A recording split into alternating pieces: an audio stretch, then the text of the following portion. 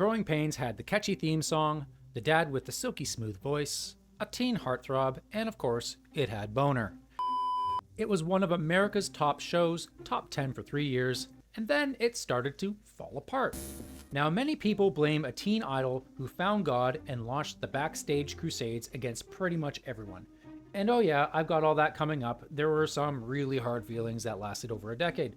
But there's much more to the story than most people realize.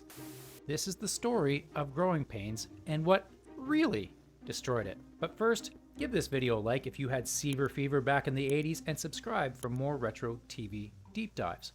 Okay, so let's hop in our DeLoreans and go back to 1985 and ABC, who wanted their version of The Cosby Show, a wholesome family sitcom.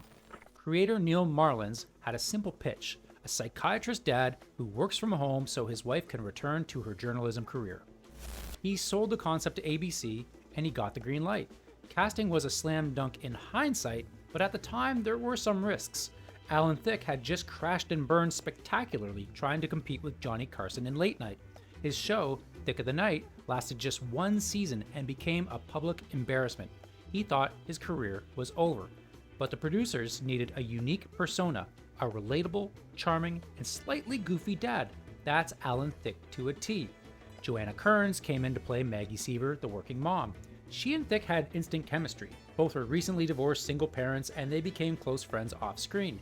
Then there were the kids. Kirk Cameron, a 14-year-old who'd done some TV work but wasn't a household name yet. He played Mike, the rebellious troublemaker. Tracy Gold played his bookish, overachieving sister Carol. Jeremy Miller was the younger brother Ben. With all the pieces in place, Growing Pains premiered in September 1985, and the fireworks began soon after.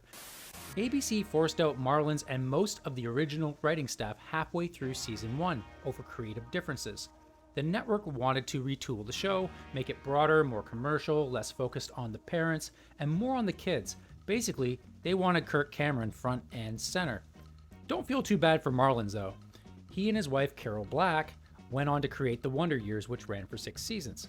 Steve Marshall and Dan Gunselman, who had worked together on WKRP in Cincinnati, took over as showrunners.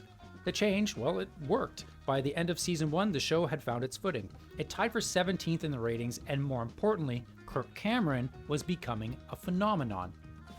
By season 2, the show was being built around him. He was on magazine covers, he landed a Pepsi commercial during the Super Bowl. Kirk Cameron was the reason people watched, and they watched a lot.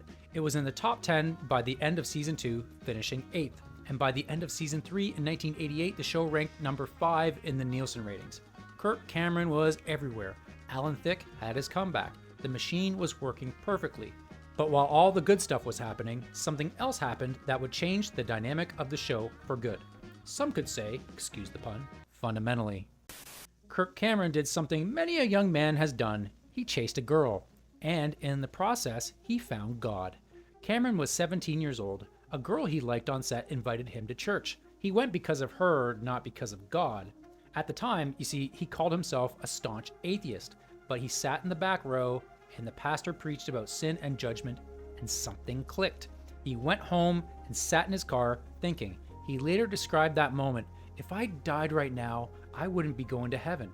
That terrified him. He prayed for the first time in his life. He started reading scripture, and before you know it, everything about Kirk Cameron changed, and it started to impact the show. Being at the height of his fame and popularity, he started pulling rank to make sure the show reflected his values. At first, it was manageable. He didn't want to do a scene where Mike Seaver shared a bed with a girlfriend, so the writers rewrote it. The other actors had to relearn their lines. It was annoying, but the show was ranked number 5 in the country, so whatever. But then it escalated. Cameron started objecting to innuendo, sexual humor, anything he considered morally wrong. Every objection meant the writers had to come up with something new. The scripts had to be rewritten, the tone of the show started to shift. And then things got crazy. His character, Mike, had a girlfriend, Julie, played by Julie McCullough, in season 4. The season ended with Mike proposing to her.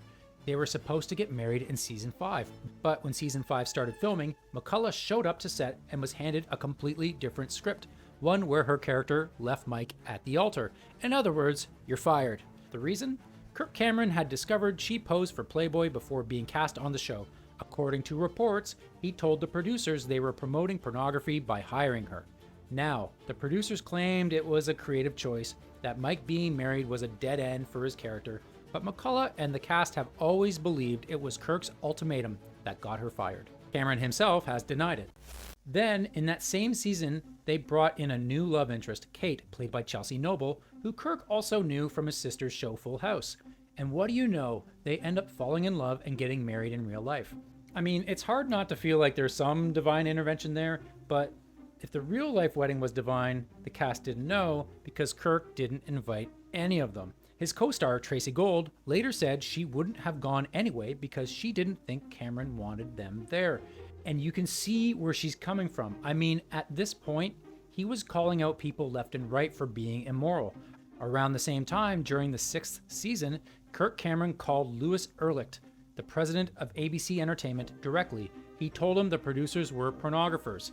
After the 6th season, 3 of them quit the show. Among them were showrunners Steve Marshall and Dan Gunselman, who had been running Growing Pains since the middle of season 1. Now, this is what many people think killed the show.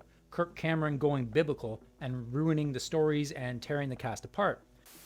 But we've got to be fair here. Let's talk about what was actually happening with the ratings. Season 3 ended at number 5, the show's peak. That's 1987-88. Season 4 dropped to number 12. Now, Kirk's demands were starting to ramp up during the season, sure. But here's what people forget. The 1988 Writers Guild strike hit the entire television industry that year. Production shut down from March to August, and season 4 didn't premiere until October, nearly a month late. That gap allowed other shows to steal Growing Pains' Tuesday night audience. Growing Pains wasn't the only show that lost momentum. The strike killed the rhythm for half the lineup on television.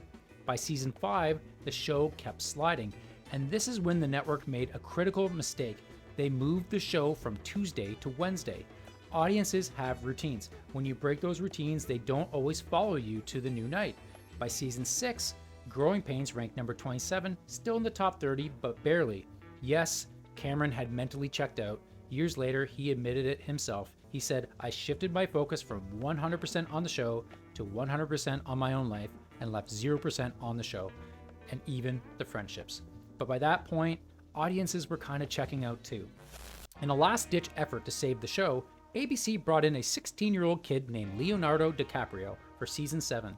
They wanted a new teen heartthrob to replace the one who'd mentally checked out. DiCaprio played Luke Brower, a homeless teenager taken in by the Seaver family.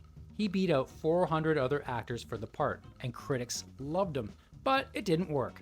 ABC moved Growing Pains to Saturday nights, which is the death slot. Saturday night television in the early 90s was where shows went to die. ABC paired it with Who's the Boss, which was also moved to Saturdays in a failed attempt to create a Saturday night version of their successful TGIF block. It didn't work. Growing Pains dropped from number 27 to number 75. It was so ominous that while DiCaprio was filming Growing Pains, he got cast in This Boy's Life with Robert De Niro. And the Growing Pains cast, including Alan Thicke, actually encouraged him to leave the show and do the movie. They knew it was toast. So DiCaprio left before the season ended, and we all know how he did after that. He did just fine. Growing Pains aired its final episode in April 1992. It got a 2-part finale, but it wasn't a grand farewell. It was a show that had simply run out of runway. Kirk Cameron tried to launch a new sitcom in 1995 called Kirk on the WB. It failed after 2 seasons, but what didn't end were the hard feelings. Kirk didn't speak to Tracy Gold for 8 years after the series ended. The rift between him and the cast lasted through to 2000 when, before filming a Growing Pains reunion movie, he finally apologized to his former castmates.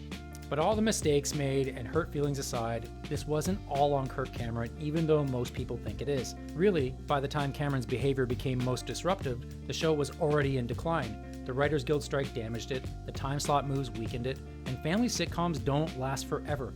Once the kids age out, the premise dies. Growing Pains lasted 7 seasons. That's not a collapse, that's a solid run. The backstage drama was real and Kirk's behavior didn't help.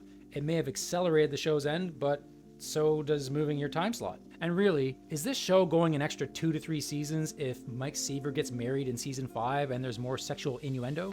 Probably not. Whether or not you believe in everlasting life like Kirk Cameron, we can all agree family sitcoms have a shelf life. and growing pains lasted longer than